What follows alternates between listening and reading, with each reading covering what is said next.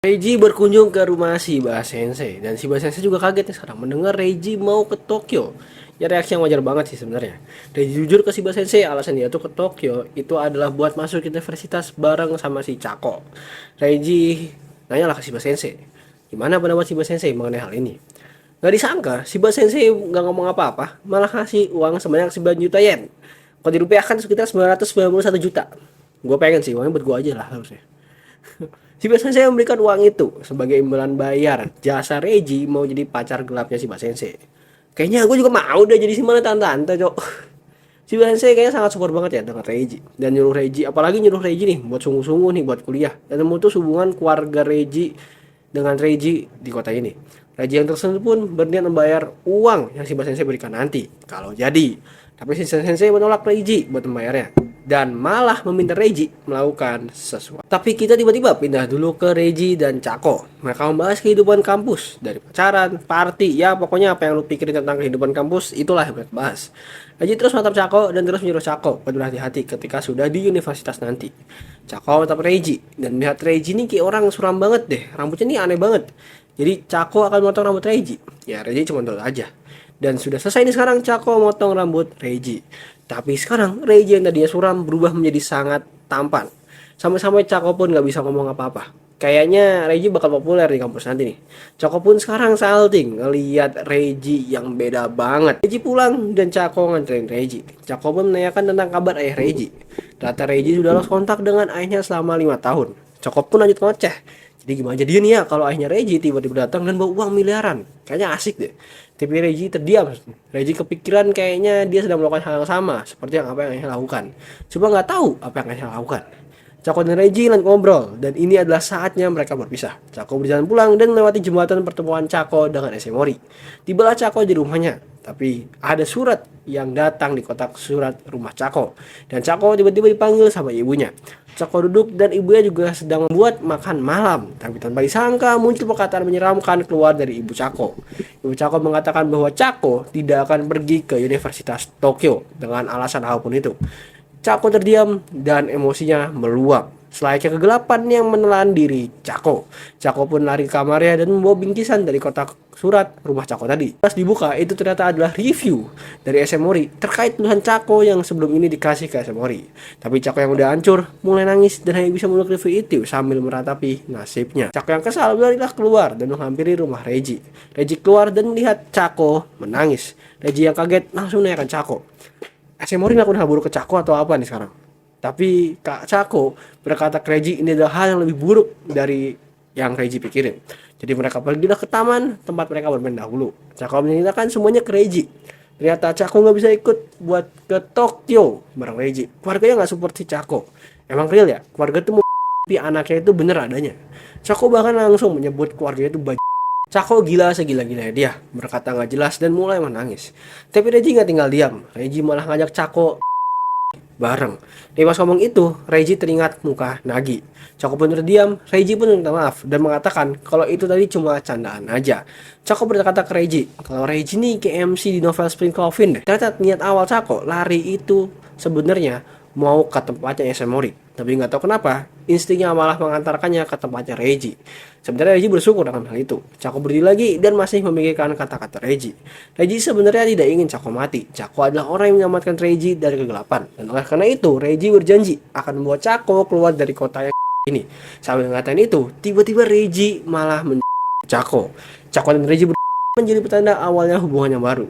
Reiji hanya bisa kaget dan Chako hanya bisa bergerak sesuai perasaan dalam dirinya. Reiji pun meminta maaf karena Chako cara mendadak dan mengatakan bahwa Reiji adalah orang yang kotor. Chako gak memedulikan itu dan terus berteriak karena ini adalah sama Chako, tapi Reiji malah mulai menghancurkan suasana romantis ini.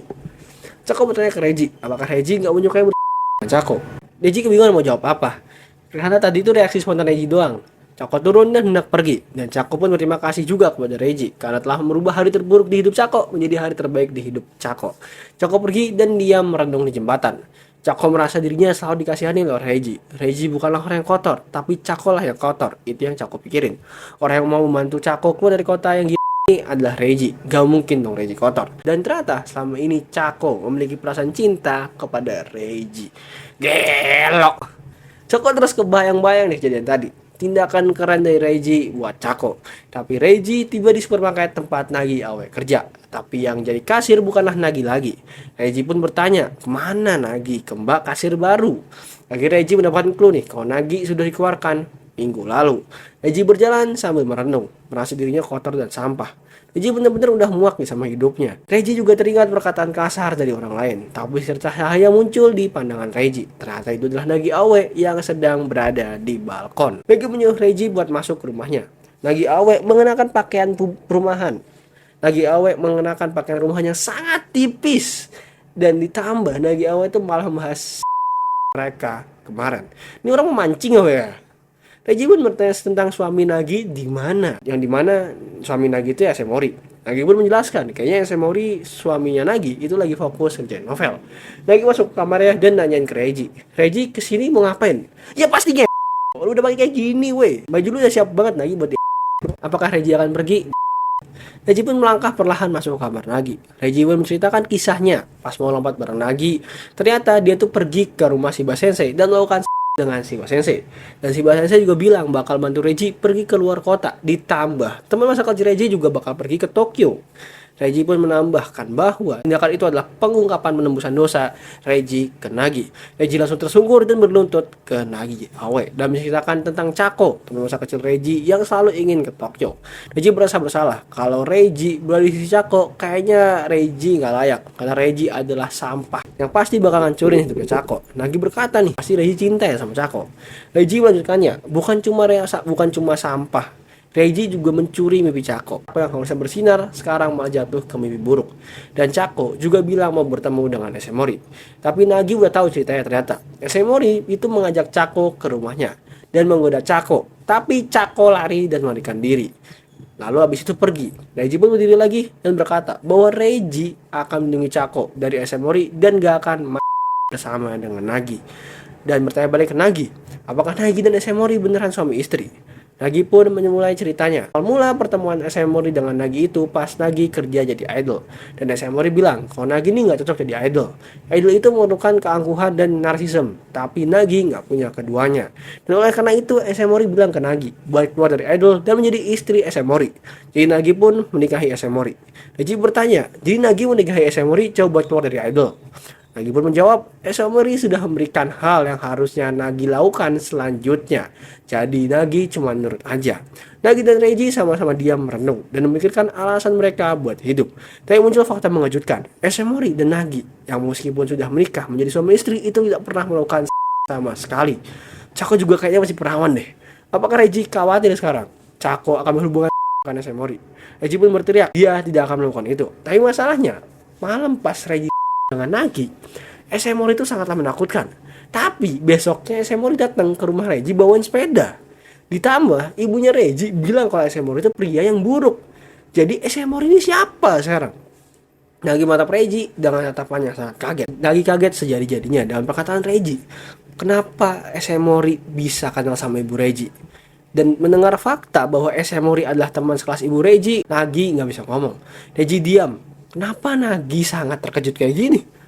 Reiji pun berjalan maju sekarang dan berdiri di belakang Nagi seolah-olah ingin menyantap makanan malamnya. Reiji langsung dan meremas dari Nagi. Reiji terbawa arus dan cuma bisa mengikuti nafsu dirinya. Tapi Reiji kaget. Kenapa perasaan sekarang beda ya dengan pas sama Shiba Sensei kemarin? Reiji pun berhenti dan minta maaf ke Nagi. Nagi bertanya, nggak lanjut nih, nanggung banget loh udah kayak gini. Reiji pun berkata, kalau Reiji harus pergi. Tapi sebelum Reiji pergi, Reiji mengajak Nagi buat pergi ke suatu tempat bersama-sama. Nagi bertanya itu tempat apa? Dan Reiji menjawab Lovers Abyss. Reiji mengajak Nagi untuk benar-benar melakukan apa yang kemarin mereka ingin lakukan, yang digagalkan oleh Shiba Sensei. Jadi Nagi langsung setuju aja. Reiji sekarang berada di perpustakaan dan membaca novel Spring's Coffin, di mana di dalamnya tertulis cerita Lovers Abyss. Jadi Reiji memutuskan untuk pergilah ke situ. Oleh karena itu, Reiji memutuskan untuk mencari tahu itu. Tapi sebelum itu, dia bertanya apakah ada di perpustakaan untuk mencari tahu asal-muasal Semori. Reiji mulai melakukan pencarian teka-teki Semori. Dia terus membaca sembari teringat perkataan-perkataan ibu Reiji, Cako, dan Nagi tentang Semori. Sampai tiba di suatu berita yang mengatakan ada pasangan anak SMA yang di sungai tempat Lovers Abyss. Tapi malangnya, si pria. Jadi ini adalah kisah seorang pria yang ingin berguna untuk tidak menjadi sampah dan kotoran bagi orang lain.